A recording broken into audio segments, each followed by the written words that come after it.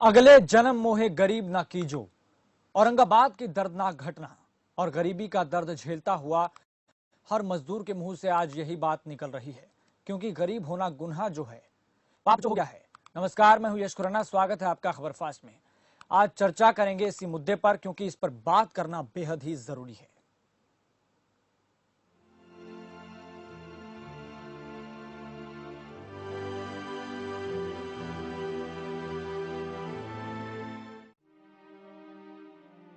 वो जनाजा गरीब का। जनाजा बहुत भारी था।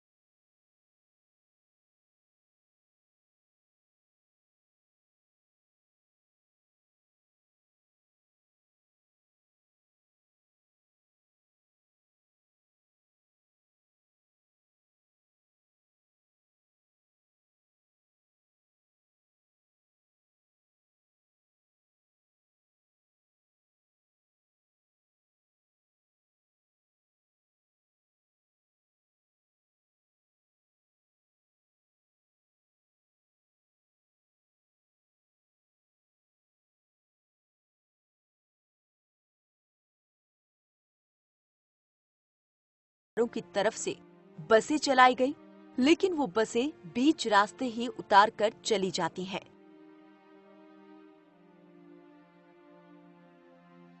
किसी को सड़क पर भीड़ ना दिखाई दे, इसलिए प्रशासन घर जा रहे गरीबों को सड़क पर नहीं चलने देता। ट्रेन की पटरियों से जाने को कहते हैं। डरे सहमे ये गरीब घर ही तो जा रहे थे कि अचानक मालगाड़ी का शिकार हो गए। कतरा कतरा बिखर गया। क्या ये ऐसी ही मौत के हकदार थे? क्या कसूर था इनका? क्या इनकी गलती गरीब होना थी? दर्दनाक घटना औरंगाबाद के करमाट की है, जहां शुक्रवार की सुबह एक दर्दनाक हादसा हुआ। 16 प्रवासी मजदूर एक ट्रेन की चपेट में आ गए। मजबूर मजदूर पटरी के सहारे जालना से भूसावल की ओर पैदल अपने घर मध्य प्रदेश लौट रहे थे। थकान की वजह से सभी मजदूर पटरी पर ही लेट गए। सुबह 5:15 बजे एक ट्रेन वहां से गुजरी। मजदूरों को संभलने का भी मौका नहीं मिला और सभी ट्रेन की चपेट में आ गए। वजह ये थी कि प्रशासन ने उन्हें सड़क पर चलने से मना कर दिया था और जबरन पटरी से जाने के लिए कहा था। पर सवाल ये कि क्या गरीबों की जान की कोई कीमत नहीं होती? क्या उनकी मौत से किसी को कोई फर्क नहीं पड़ता?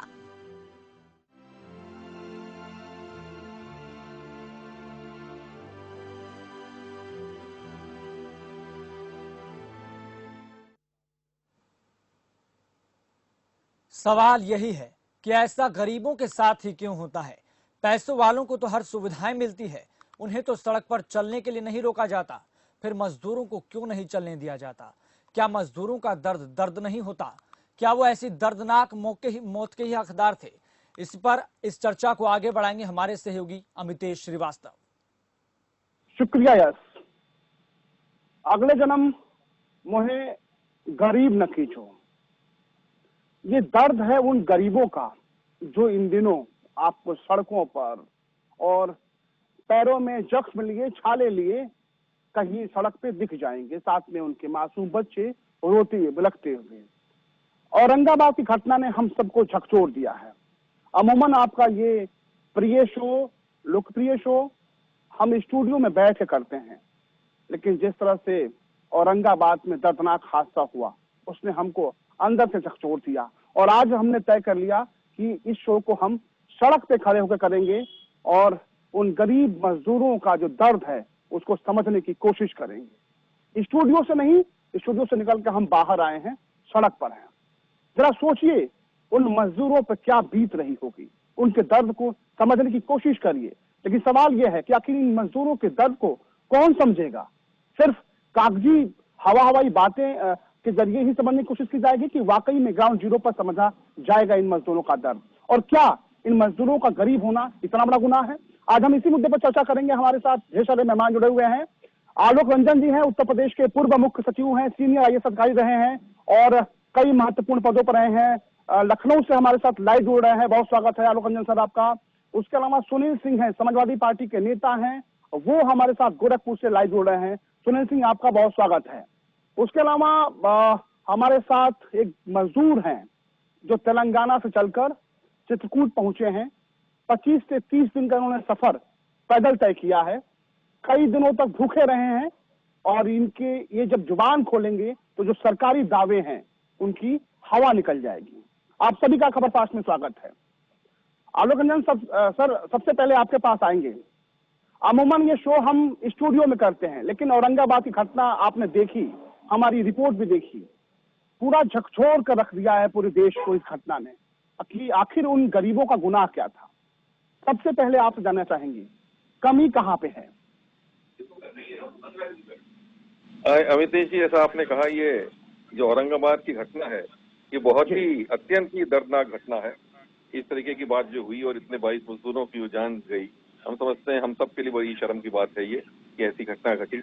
और ये बात सही है कि जो टाइप की ये घटनाएं हो रही है, अधिकतर जो होता है, जो इसमें सफर करता है वो गरीबी करता है। और आपने बड़ा मार्मिक विषय लिया है आज के इस चर्चा के लिए कि गरीबों की ऐसी दशा क्यों है और उनको ही सबसे ज्यादा क्यों सफर करना पड़ता है या बर्दाश्त करना पड़ता है। अब इस कोरोना की जो स्थिति आई सामने, इसमें आपने देखा होगा कि जो प्रवासी मजदूर है या जो माइग्रेंट लेबर जिसे कहते हैं, प्रवासी मजदूर, उसकी समस्या एकदम से बड़ी व्यापक पैमाने पे होकर हम लोगों के सामने आई है, जो हम लोग कोई इसके बारे में शायद इतनी हम लोग को जानकारी थी ही नहीं। और विशेष तौर पे हमारे उत्तर प्रदेश, जो बिहार से इतने अधिक मात्रा में प्रवासी मजदूर बाहर काम कर रहे हैं कि वो अपनी एक एक दिन की रोजी रोटी पर निर्भर रहते हैं। और जब काम बंद हो गया तो उनको एक एक दिन उनको इतना भारी पड़ने लगा कि स्थिति आ गई कि भूखमरी के कगार पे आ गए और ये मांग करने लगे कि हमको अपने गांव वापस लौटा लिए, हमको अपने प्रदेश वापस लौटा लिए, क्योंकि उनको खाने को नहीं मिल रहा था, नौकरी नहीं मिल रहा था, सब तरीके की उनके पास दिक्कतें थी। तो ये गरीब को ये सामना करना पड़ता है। तो इससे ये विषय सामने उठता है कि ये पहला विषय ये कि आखिर क्या बात है कि इतने लोग को माइग्रेट करके दूसरी जगह जाना पड़ता है। क्या वहाँ गांव में स्थिति इतनी अच्छी नहीं है कि इन लोगों को रोजगार मिल सके, या वहाँ पे लघु उद्योग हो जो उनको रोजगार मिले, या कृषि में इतनी उत्पादकता बढ़े, या कृषि में कोई इनकी संभावनाएं हो, या कोई गरीबी उन्मूलन के ऐसे विषय हो, कार्यक्रम हो जिनके माध्यम से इनको गरीबी की रेखा के ऊपर लाया जा सके। वैसे तो आंकड़े ये दिखाते हैं कि बहुत लोग गरीबी के ऊपर लाए गए हैं, तो ये भी दिखाया जाता है कि अब केवल 13% लोग गरीबी की रेखा के नीचे हैं। लेकिन वास्तविकता ये है कि जो ऊपर आए भी हैं वो भी बस गरीबी की रेखा के लाइन पर ही हैं। और इस कोरोना ने ये दिखा दिया कि थोड़े ही दिन में ये लोग फिर उसी स्थिति में और भुखमरी और गरीबी की स्थिति में आ गए। तो हमारे देश को ये देखना है कि यहाँ लोगों में भुखमरी कैसे है, हंगर कैसे है, कैसे रोजगार नहीं है, ये सब चीजों को अब ध्यान देना पड़ेगा। और गरीबी को दूर करने के लिए व्यापक नीति बनानी पड़ेगी, व्यापक रणनीति बनानी पड़ेगी और इससे लड़ना पड़ेगा जिस प्रकार हम किसी भी और चीज से लड़ते हैं। कोरोना से लड़ रहे हैं, वैसे ही गरीबी से भी लड़ना पड़ेगा, गरीबी को और भुखमरी को दूर करना पड़ेगा। तो अगर हम लोग गरीबी और भुखमरी को दूर नहीं कर पाएंगे तो इस तरीके की शर्मनाक घटनाएं जो हैं वो रोज होती रहेंगी। बिल्कुल, गरीबी और भुखमरी को दूर करना होगा। हमारे साथ एक मजदूर जुड़े हुए हैं, दिलीप नाम है आपका। दिलीप, बहुत स्वागत है खबरपाश में आपका। दिलीप, सुन पा रहे हैं मुझे आप? हाँ सर, नमस्ते सर।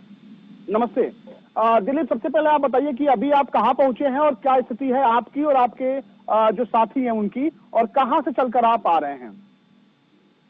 सर वो कैमाहा बॉर्डर, MP का बॉर्डर था सर। या बॉर्डर तक तो सर व्यवस्थाएं सर योगी आदित्यनाथ किए थे सर जी। उसमें से सर जो है वहाँ से परमिशन ले लिया गया था, रोडवेज बस भेजा दिया गया था कि इन लोगों को चित्रकूट जिला भेज दिया जाए।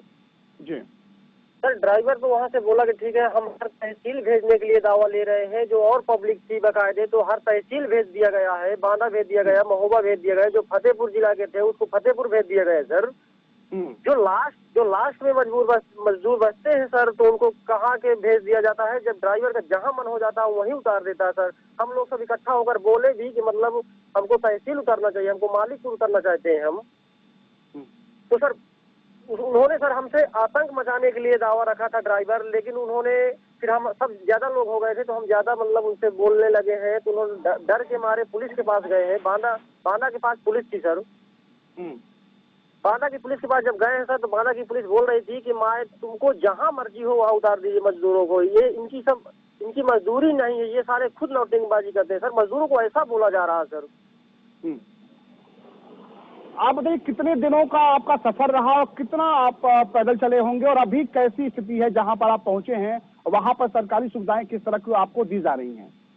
सर तेलंगाना से चल के सर हम यूपी आ चुके हैं सर। पैदल आए? सर पैदल आए सर, 27 दिन हो गए सर, 27 दिन हो रहे हैं सर। खाने पीने की क्या व्यवस्था रही रास्ते में आपकी? खाने पीने की सर गवर्नमेंट की तरफ से वो एक भी व्यवस्थाएं नहीं है सर, पूरे हम देखते आ रहे हैं। और सर खाने पीने की तो बात छोड़ दो सर, रोड में चलने को मजबूर कर रही है पुलिस सर। और तो गवर्नमेंट जो थोड़ा बहुत सर देख रही, लेकिन पुलिस वाले सर जो है आतंक मचा रहे हैं सर, मारपीट को करने की कोशिश कर रहे हैं सर मजदूरों से। अच्छा चलिए, आपका समय नहीं लगेगा, एक आखिरी सवाल बता दीजिए, औरंगाबाद में ट्रैक हादसे, ट्रेन पटरी पे जिस तरह का हादसा हुआ है, आपने सुना होगा। लोग कह रहे हैं, तमाम लोग कह रहे हैं कि मजदूरों को ट्रेन की पटरी पे चलने की क्या जरूरत है। आप भी चूंकि ट्रेन की पटरी से होकर आए हैं, क्या मजबूरी है कि आप वो ट्रेन की पटरी पे चल रहे हैं दिलीप? सर मैंने वहां से जो है एमपी के बॉर्डर, महाराष्ट्र के बॉर्डर से चलते आ रहा सर, हाईवे में चलते आ रहा सर। जब एमपी के बॉर्डर आया हूं तो पुलिस वाले क्या बोले कि तुम एमपी के बॉर्डर नहीं घुस सकते हैं सर। हमने बोले क्या ऐसा कारण है सर कि जो एमपी के बॉर्डर नहीं घुस सकते हैं? तो उन्होंने बोला कि नहीं, आप एमपी के पब्लिक है जो वही हाईवे में चल सकती है, यूपी पब्लिक नहीं जा सकती है। तो हमको निकाल दिया गया था पटरी से सर। अब इसी तरह सोच लीजिए सर कि मतलब कोई अन्य मजदूर अगर ट्रेन पटरी जा रहा, रात हो गई सर तो लेट जाता है। अब कहाँ सोना सर, जंगल ट्रेन पटरी साफ रहती सर, ट्रेन पटरी में सो गए होंगे, ट्रेन अचानक आ गई मालगाड़ी सर। चलिए, बहुत स्वागत, बहुत शुक्रिया आपका दिलीप, अपना ख्याल रखिएगा। उम्मीद है कि बहुत जल्दी आप अपने घर पहुंचे, आपके तमाम जो साथी हैं वो भी घर पहुंचे।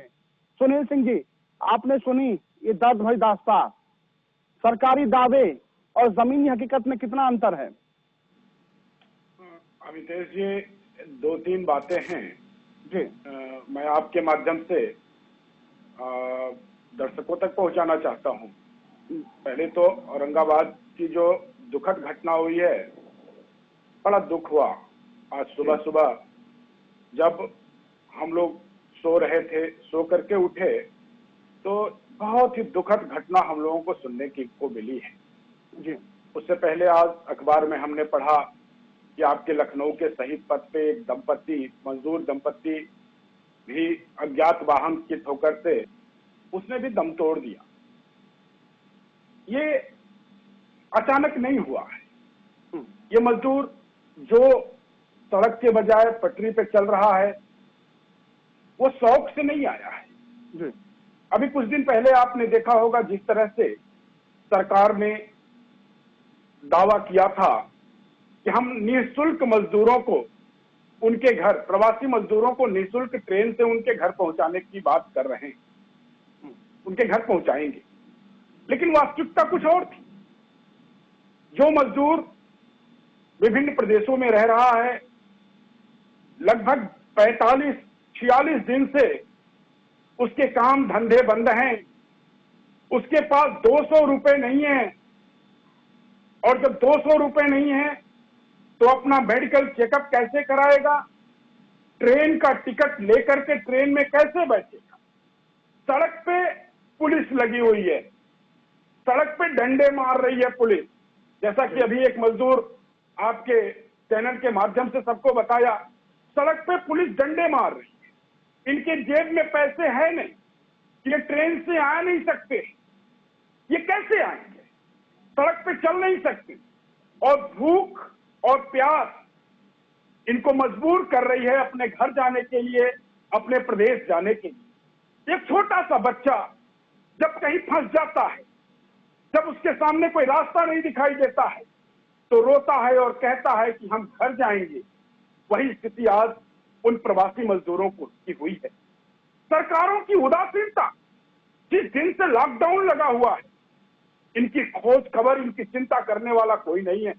इस देश में लगभग 12 करोड़ से ज्यादा ये इस तरह का प्रवासी मजदूर जो अपने देश को, अपने प्रदेश को छोड़ करके दूसरे प्रदेशों में जाकर के नौकरी कर रहा है। सरकारें जब पैकेज की घोषणा करती हैं तो इनकी चिंता नहीं करती। 170 करोड़ रुपए का जो पैकेज केंद्र सरकार ने घोषित किया उसमें इनकी चिंता नहीं। इनकी चिंता कब होती है? इनके तरफ कोई ध्यान नहीं दिया। इनका ध्यान कब आता है लोगों के अंदर? जब पूर्ण रूप से लॉकडाउन लग जाता है और इनकी रोजी रोटी छिन जाती है। बिल्कुल। और ये अपने सर पे गठरी लेकर के अपने सर पे गठरी लेकर के जब नोएडा की सड़क पे निकलते हैं तब इनके इस तरफ लोगों की नजर जाती है। अमितेश बिल्कुल, आपके पास वापस लौटेंगे। आलोक रंजन सर, आप ने हालांकि बहुत अहम पदों पे रहे हैं उत्तर प्रदेश के। आप मुख्य सचिव की कुर्सी भी आपने संभाल ली है। सर, आपके नजरिए से अगर देखें तो कमी कहाँ रह जाती है सर? ऐसी नौबत क्यों आई? आपको लगता है कि कहीं ना कहीं प्रशासनिक अमला जो है वो कहीं ना कहीं फेल रहा इस मुद्दे पे? नहीं, ये बात ये हो जा रही है, इसमें शासन प्रशासन दोनों का ही दायित्व आ जाता है। जैसा मैंने शुरू में ही कहा कि अब हम लोगों के सामने ये समस्या बड़े जोरों से सामने आई है, जो गरीब की स्थिति सामने आई है। इसको देखना पड़ेगा कि इनके लिए अब आगे चल के एक माइग्रेंट लेबर को किस प्रकार, या जो गरीब लोग हैं उनको किस प्रकार उनकी को गरीबी की रेखा के ऊपर लाया जाए, या इनको किस तरीके से इनको कुछ सामाजिक सुरक्षा, सोशल सिक्योरिटी दी जाए, या इनके स्वास्थ्य इत्यादि की चिंता की जाए, या इनके खाने पीने की चिंता की जाए। इस सब के बारे में व्यापक तौर पे शासन और प्रशासन को काम करना पड़ेगा। इसको सबसे अहम समस्या को लेकर आगे हमको बढ़ना पड़ेगा। जैसे मैंने कहा, जितना आज कोरोना से लड़ना अहम है उतना ही फिर इस गरीबी से भी लड़ना जरूरी है, क्योंकि इसको हमें दूर करना होगा। इसके लिए कैसे लोगों को रोजगार मिले और उनके घर किस तरीके का ऐसा रोजगार मिले जिससे वो अपने पूरे परिवार की देखभाल कर सके, इतनी उनकी आमदनी हो सके, किसान का वहाँ पे आमदनी बढ़े, खेती में उसको अधिक उपज हो और अधिक लाभ हो, लघु और मीडियम स्केल इंडस्ट्री अच्छी तरीके से चलें। पूरी तरीके से एक आर्थिक विकास की एक पूरी वो एक रणनीति होनी पड़ेगी, तभी लोग जो हैं गरीबी की रेखा के ऊपर उठ पाएंगे। हम लोगों को कोशिश करनी चाहिए कि ऐसा हो कि अगले 2025 नहीं तो 2030 तक हर हालत में हर व्यक्ति को हम लोग गरीबी की रेखा के ऊपर ला सकें।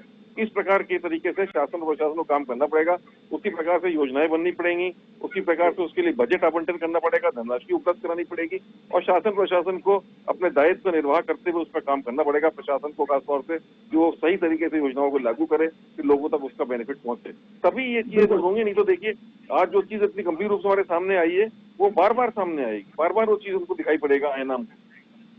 बिल्कुल, ग्राउंड जीरो पे जो है वो काम करना पड़ेगा, सिर्फ फाइलों में नहीं। बिल्कुल अच्छी बात कही आपने।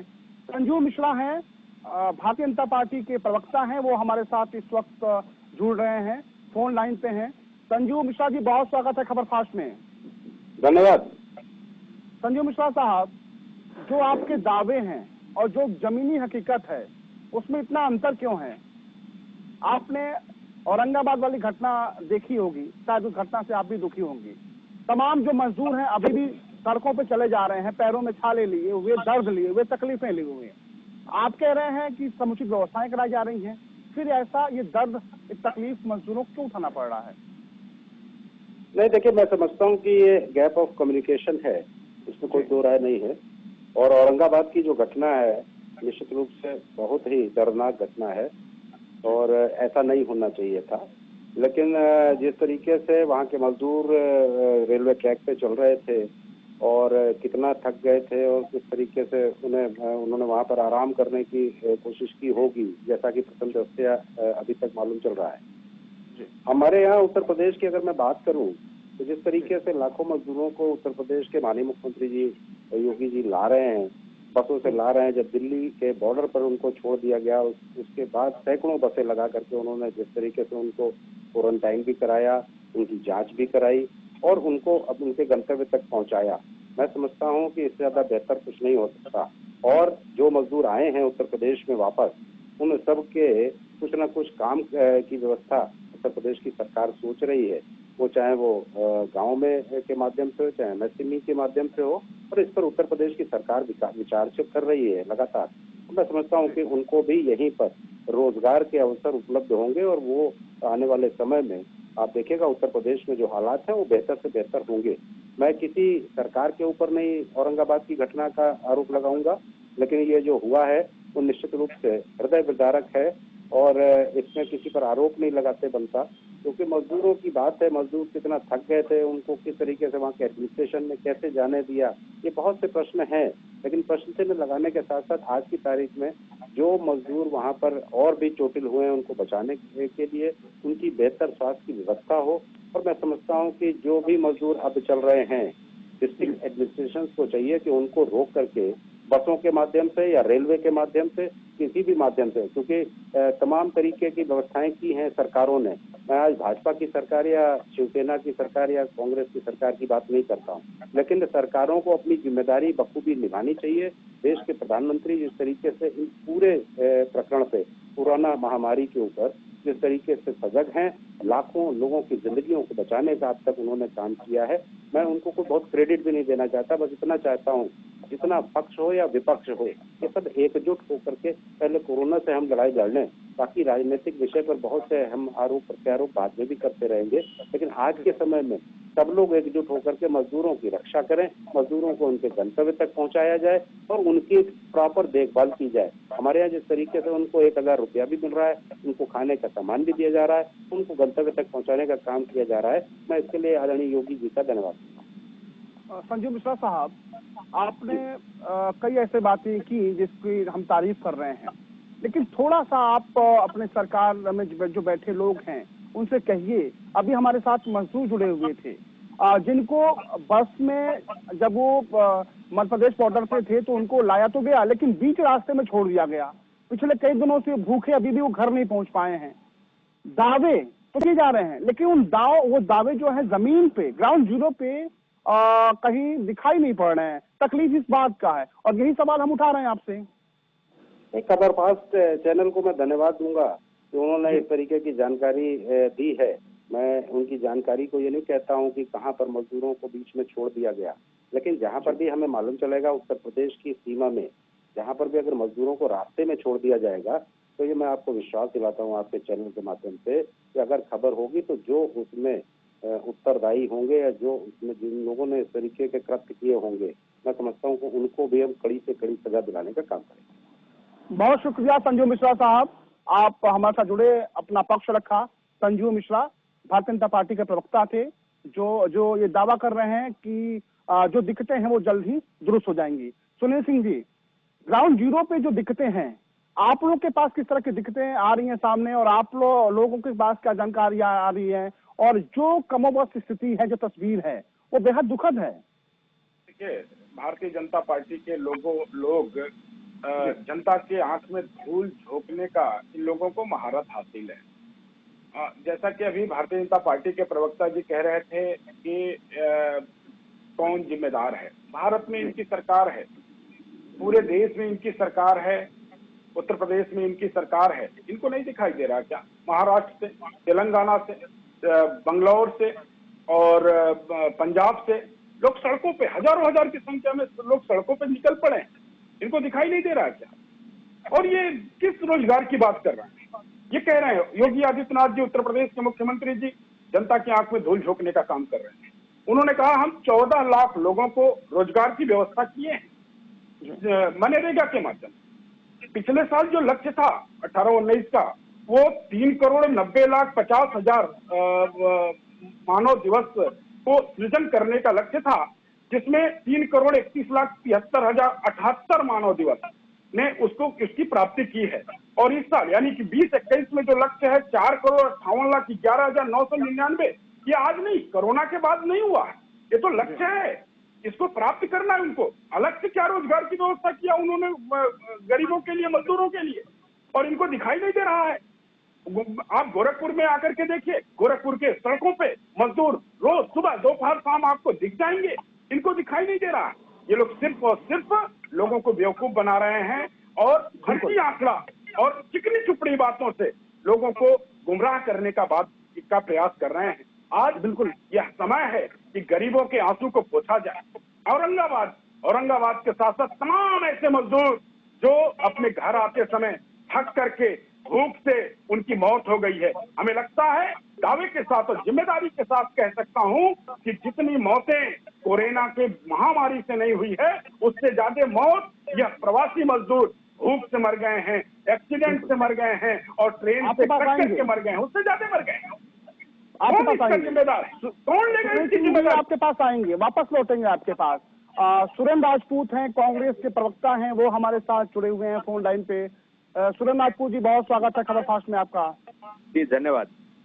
आज की जो तस्वीर सुबह सुबह हम सब ने देखी, पूरे देश ने देखी औरंगाबाद की, दुखद है। सुरेंद्र राजपूत जी, आज अपना जो शो है हम स्टूडियो से नहीं कर रहे हैं, सड़क से कर रहे हैं, क्योंकि हम पूरी तरह से इस घटना ने मुझे झकझोर के रख दिया है। पहला बयान कांग्रेस पार्टी की तरफ से क्या रहेगा आपका? मैं स्तब्ध हूँ ऐसी घटनाएं देख करके। शासन प्रशासन किस तरीके से मजदूरों को सड़क पे भी नहीं चलने दे रहा है, जिसकी वजह से वो बेचारे जंगल से, जैसे कल ही आपने रिपोर्ट किया था कि जब उनको सड़क से नहीं चलने दिया जा रहा तो रेल की पटरी से, पहाड़ से वो निकल रहे हैं, और उसी की वजह से ये दुर्घटनाएं हो रही हैं। अमितेश जी, इस समय जो धनाढ्य राज्य हैं, जैसे गुजरात है, जैसे कर्नाटका है, वहां पर किसी भी सूरत में वो लोग उनके मजदूरों को रोकना चाहते हैं, जिसकी वजह से पुलिस का वो बेजा इस्तेमाल करके कहीं मध्य प्रदेश के बॉर्डर से मार करके वापस कर रहे हैं, और मजदूर जो हैं इस तरीके से पूरी तरीके से हताश हैं, निराश हैं, उनके मन में डर बैठ गया है, वो अपने घरों को वापस आना चाहते हैं। कांग्रेस पार्टी उनको घरों को लाने की पूरी व्यवस्था सरकार को देने को तैयार है, पैसा सरकार को देने को तैयार है, लेकिन सरकार जो है उद्योगपतियों के दबाव में इस तरीके के कुत्सित काम कर रही है। बिल्कुल, बहुत शुक्रिया सुरेंद्र राजपूत जी, आपने अपनी बात रखी, कांग्रेस पार्टी का आपने पक्ष रखा। आलोक रंजन सर, चूंकि हमारे पास वक्त की कमी है, बहुत संक्षेप में जानना चाहेंगे कि जो तस्वीर आपने देखी है, जो बातें कांग्रेस के प्रवक्ता सुरेंद्र राजपूत कह रहे हैं कि तमाम प्रदेशों के जो मजदूर हैं उनको आने नहीं दिया जा रहा, रोका जा रहा है, क्या आप इस बात से इत्तेफाक रखते हैं? अब देखिए, ऐसा इस समय कर्नाटक सरकार के यहाँ से एक ऐसी बात सामने आई थी कि कर्नाटक सरकार ने उनको रोका था, लेकिन अब जो पॉइंट ये है कि वो भी शायद उन्होंने अपना फैसले को, जैसा मैंने आज सुना है, कि उन्होंने वापस लिया है कि नहीं, अब हम नहीं रोकेंगे। और सही बात तो ये है कि जब अगर मजदूर इस समय घर वापस जाना चाह रहा है तो किसी को उसको जबरदस्ती रोकने का हक नहीं है। वो अलग बात है कि आगे चल के एम्प्लॉयमेंट मिलेगा, लोग बाद में आके दोबारा वापस आए ना आए, वो अलग स्थिति है। तो आज अगर मजदूर परेशान है और अपने घर आना चाह रहा है तो उसको आने देना चाहिए। और मैं समझता हूँ क्योंकि आप बहुत अहम पद पे रहे हैं सर, आप बहुत बड़े पद पे रहे हैं, आपका राय क्या, आपकी सुझाव क्या होगी इन सरकारों को? मेरा सुझाव तो इस समय सबसे ज्वलंत समस्या जो अभी जो है वो तो यही है कि इन मजदूरों को सही तरीके से, सुरक्षित तरीके से अपने अपने घर पहुंचाया जाए। इसके लिए सभी राज्य सरकारों को आपस में समन्वय करना पड़ेगा, जहां पे मजदूर हैं और जिन राज्य सरकारों में मजदूरों को आना है, और इसमें पूरे प्रशासन को भी और पुलिस को भी सबको साथ लेके समन्वय करना पड़ेगा। ये स्थिति नहीं होनी चाहिए कि पुलिस वाले कहीं रोक रहे हैं, कहीं और कोई जाने दे रहा है, या कोई बस वाला कहीं उतार दे रहा है। जैसे एक मजदूर ने कहा, ऐसी जो भी घटना सामने आती है उस पर कार्रवाई होनी चाहिए, प्रशासन को इसके ऊपर सख्त से सख्त कार्रवाई करनी चाहिए जहाँ ऐसी कोई घटना आती है। और सही मायने में अब जल्दी से जल्दी इन लोगों को अपने अपने घर पहुंचाना चाहिए, और उसके बाद वहां उनको रोजगार उपलब्ध कराने की आवश्यकता बहुत ज्यादा है, चाहे वो छोटे उद्योग के माध्यम से हो, चाहे मनरेगा के माध्यम से हो, चाहे जिस भी माध्यम से हो, ये देखना पड़ेगा। लेकिन उसकी पूरी एक योजना बनाकर वो लोगों को लाएंगे। अगर रोजगार नहीं होगा तो खाएंगे क्या वो लोग? वो खाने के लिए जरूरी है कि उनको रोजगार मिले, जैसे उनको आमदनी हो सके, उनकी आय हो सके। ये तो इमीडिएट और तुरंत तो यही करना है, और जैसे मैंने कहा आगे चल के इस समस्या पर अध्ययन करके पूरी रणनीति बनानी पड़ेगी। बिल्कुल। सुनील सिंह जी, बहुत संक्षेप में, आपने पूरी तकलीफें देखी, दर्द देखा, अपनी बात आपने कही, जो कांग्रेस के प्रवक्ता है उनको भी सुना, बीजेपी प्रवक्ता को भी सुना, क्या कहेंगे अपना? देखिए, भारतीय जनता पार्टी की सरकार चाहे कहीं भी हो, वो तो धन्ना सेठों की सरकार है, और मजदूर अगर अपने घर को वापस आ जाएगा, अपने वतन को वापस आ जाएगा, तो उनकी फैक्ट्रियां कौन चलाएगा? तो उनकी तो मजबूरी है कि इनको एन केन किसी तरह से इनका सुविधा छीन करके इनको किसी तरह से मजबूर करो उस देश में, उस जगह पर रोकने के लिए, इनको अपने घर ना आने दो। ये तो भारतीय जनता पार्टी की एक चाल है, गरीबों के साथ, मजदूरों के साथ। बहुत शुक्रिया सुनील सिंह जी, आप जुड़े खबरफास्ट से अपनी बात रखी। बहुत शुक्रिया आलोक रंजन सर, उत्तर प्रदेश के पूर्व मुख्य सचिव, आपने अपना कीमती वक्त हमारे साथ दिया। सुरेंद्र राजपूत और संजीव मिश्रा, आपका बहुत शुक्रिया। दिलीप, आपका शुक्रिया, आप हमारे साथ जुड़े।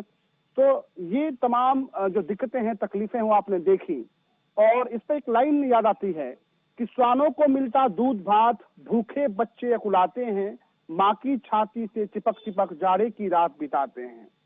तो ये तकलीफ गरीब मजदूरों का है और इन तकलीफों को सरकारों को सुनना होगा और ये जो तकलीफ और जो दर्द है इसे महसूस करना होगा। हम उम्मीद करेंगे कि आगे से इस तरह की जो तस्वीर है वो देश और दुनिया के सामने ना आए। बाकी खबरों के लिए चलते हैं दिल्ली स्टूडियो यस के पास। ऐसा क्यों होता है? क्या सच में गरीबों की जान की कोई कदर नहीं होती?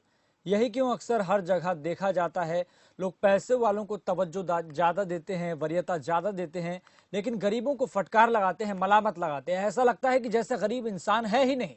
आखिर कब बदलेगी ये सोच और इस तरह की जहनियत? कब तक चलता रहेगा ये सब?